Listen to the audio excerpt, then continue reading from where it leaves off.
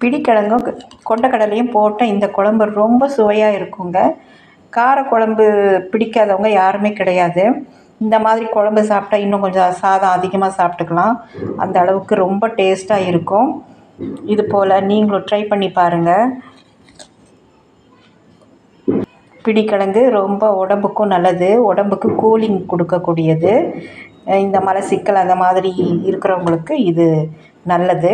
கொண்டக்கடலையில் protein rich, அதாவது அதிகமாக இருக்கும்போது நம்ம கொண்டக்கடலையும் இந்த கிழங்கும் சேர்ந்து சாப்பிடும்போது நமக்கு நிறைய பெனிஃபிட் கிடைக்கிது. இது போல் நீங்களும் ட்ரை பண்ணி பாருங்கள்.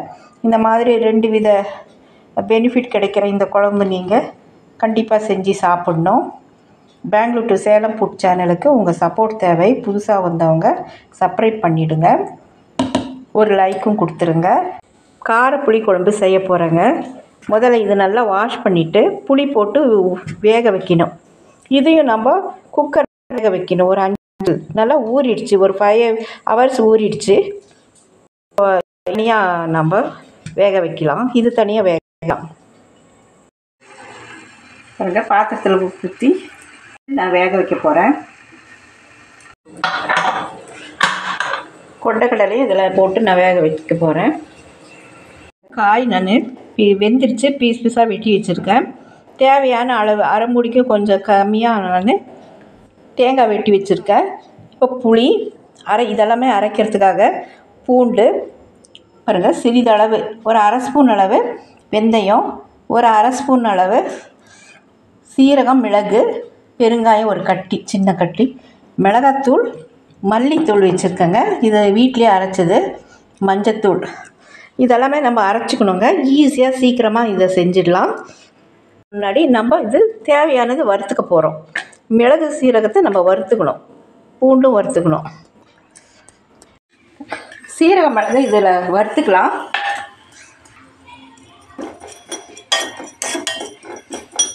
இது வறுத்து நம்ம அதில் தேங்காயில் சேர்த்தும் போது தான் நல்லா வாசனையாக இருக்கும். நம்ம பச்சையாக போட்டோம்னா அது ஒரு டேஸ்ட்டுக்கு மாறிடும். இப்போ காரக்குழம்புலாம் இந்த மாதிரி வறுத்து போட்டால் ரொம்ப டேஸ்ட்டாக இருக்கும். அவ்வளோதாங்க, வறுத்தாச்சு. நான் வெட்டி வச்ச தேங்காயில் இது சேர்த்த போகிறேன். சீரக மிளகு இதில் வறுத்துக்கலாம்.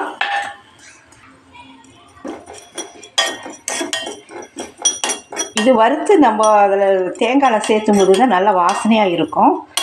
நம்ம பச்சையாக போட்டோம்னா அது ஒரு டேஸ்ட்டுக்கு மாறிடும். இப்போ காரக்குழம்புலாம் இந்த மாதிரி வறுத்து போட்டால் ரொம்ப டேஸ்ட்டாக இருக்கும்.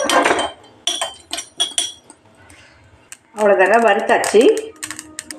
நான் வெட்டி வச்ச தேங்காயில் இது சேர்த்த போகிறேன். இப்போ புளி ஊற வச்சுருக்கேன். இந்த அளவு புளி இருந்தால் போதுங்க. எங்களுக்கு இந்த அளவு புளி இருந்தால் போதும். உங்களுக்கு புளி நிறைய சாப்பிட்டு பழக்கம்னா இன்னும் கூட சேர்த்துக்கிங்க. எங்களுக்கு இந்த அளவு இருந்தால் போதும். வெந்தயமும் போட்டு நம்ம வறுத்துக்கலாம்.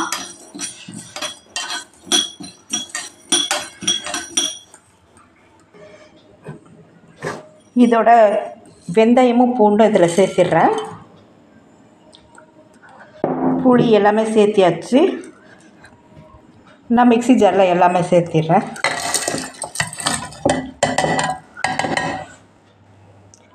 இதோட மிளகாத்தூள் பாருங்கள், மஞ்சள், மிளகாத்தூள் இதில் சேர்த்திடுறேன். இது 2 ஸ்பூன் அளவு, மிளகாத்தூள் 1 ஸ்பூன் அளவு. தேவையான அளவு நமக்கு எவ்வளோ காரம் வேணுமோ அந்த அளவுக்கு சேர்த்துனா போதுங்க. இதை நான் அரைச்சிக்க போகிறேன். இங்கே ஓரளவு அரைச்சோன்னு ஒரு தக்காளி பழம், பெரிய தக்காளி பழம் நான் சேர்த்திட்டேங்க. புளியும் போட்டிருக்கோம், தக்காளி பழம் 1 போட்டால் போதும்.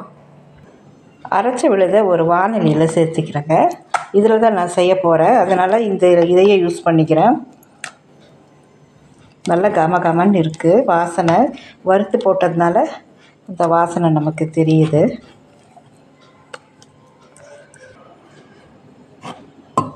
ஜார் தண்ணி இதில் சேர்த்துக்கிறேன். நமக்கு தேவையான அளவு ஜார் தண்ணி. இப்போ நல்லா கலந்து விட்டுறேன்.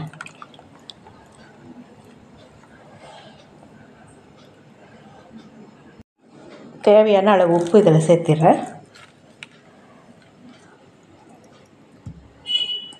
இப்போ நம்ம இதை கொதிக்க வைக்கலாம். நான் ஜார் தண்ணியெல்லாம் ஊற்றிருக்கேன். கொண்டக்கடலை வேக வச்ச தண்ணியை நம்ம யூஸ் பண்ணணும். ஏன்னா இதை வந்து வேஸ்ட் பண்ணக்கூடாது. இதில் ப்ரோட்டீன் ரிச் இருக்கும். அதனால் அதையும் இதுலேயே சேர்த்துறேன். நீங்கள் சாம்பார் தூள் இருந்தால் சாம்பார் தூள் கூட கலந்துக்குங்க. அரைச்சி போட்டதுனால ரொம்ப வாசமாகவும் இருக்குது. சாம்பார் தூள் குழம்பு தூள் இருந்தால் கூட நீங்கள் அது யூஸ் பண்ணிக்கிங்க. அரைச்சதும் நம்ம போடணும், அதுவும் போடணும். நான் வந்து சிறிதளவு ஒரு அரை ஸ்பூன் அளவு தான் சாம்பார் தூள் போடுறேன், அவ்வளோதான். நல்லா அரைச்ச விழுது போட்டதுனால நமக்கு சுவை அவ்வளோ நல்லா இருக்குங்க.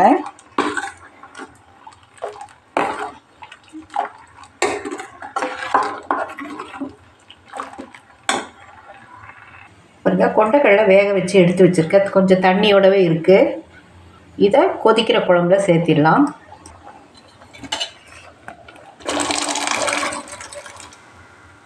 கொதித்த பிறகு நம்ம சேர்த்தணும். ஒரு 2 கொதிக்கணும். அப்புறம் இந்த கட் பண்ணி வச்ச பிடிக்கிழங்கு இதில் சேர்த்திடலாம்.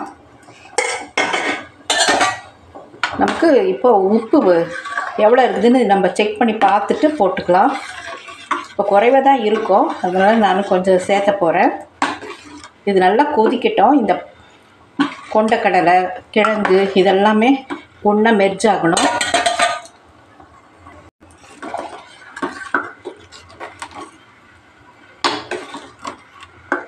இதுக்கு உப்பு காரம் சேரணும். அதனால் நம்ம இது கொஞ்ச நேரம் கொதிக்கட்டும்.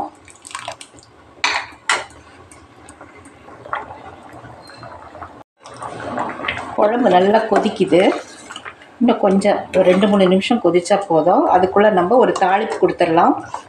நான் சின்ன வடை சட்டி எடுத்திருக்கேன் தாளிப்பு கொடுக்கறதுக்காக. தேவையான அளவு ஆயில் ஊற்றிருக்கேன். இதுக்கு வந்து எதுவுமே போட தேவையில்லை. வெங்காயம் கருவேப்பிலை மட்டும் போட்டு நம்ம தாளித்து போட்டால் போதும். மீதி எல்லாமே நம்ம அரைச்சி போட்டிருக்கிறோம். பெருங்காயத்தூள் கூட தேவையில்லை. கடுகு உளுத்தம்பருப்போட நம்ம தாளிப்பு கொடுக்கலாம்.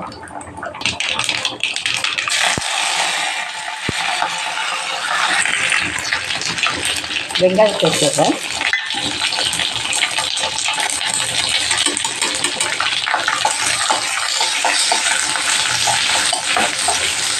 நல்ல டீப் ஃப்ரை ஆகணும் வெங்காயம், அப்போ தான் நல்ல வாசமாக இருக்கும் குழம்பு. பாருங்கள், ஃப்ரை ஆகிடுச்சு. இந்த அளவு இருந்தாவே போதும். இப்போ நான் வடகம் சேர்த்துறேன், வெங்காய வடகம். இது ரொம்ப டேஸ்ட்டு கொடுக்கும் குழம்புக்கு. கொஞ்சமாக நான் சேர்த்துனா போதும். கடைசியாக தான் போடணும். நம்ம இதெல்லாம் வதங்கின பிறகு நம்ம அந்த வடகத்தை சேர்த்துணும். முதல்ல சேர்த்துனா நல்லா தீஞ்சு போயிடும். அவ்வளோதாங்க. இதை நம்ம குழம்புல சேர்த்திடலாம்.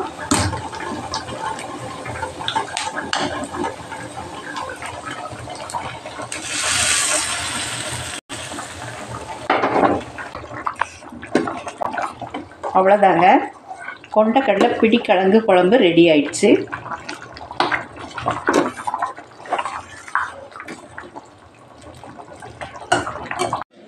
சாதத்துக்கு தாங்க இது ரொம்ப காம்பினேஷன் சூப்பராக இருக்கும். உங்களுக்கு பிடிச்சிருந்தா எதுக்கு வேணாலும் உப்புமாவு கூட தொட்டு சாப்பிட்டுக்கலாம், நல்லா தான் இருக்கும். சப்பாத்தி கூட நான் புளிக்குழம்பு தொட்டு சாப்பிட்ருக்கேன், நல்லா இருந்தது. ரொம்ப டேஸ்டியான இந்த கொண்டக்கடலை பிடிக்கிழங்கு குழம்பு நீங்களும் சாப்பிடுங்க வாங்க. பெங்களூர் டு சேலம் ஃபுட் சேனலுக்கு உங்கள் சப்போர்ட் தேவை. புதுசாக வந்தவங்க சப்ஸ்கிரைப் பண்ணிவிடுங்க, ஒரு லைக்கும் கொடுத்துருங்க. தேங்க்யூ ஃபார் வாட்சிங்.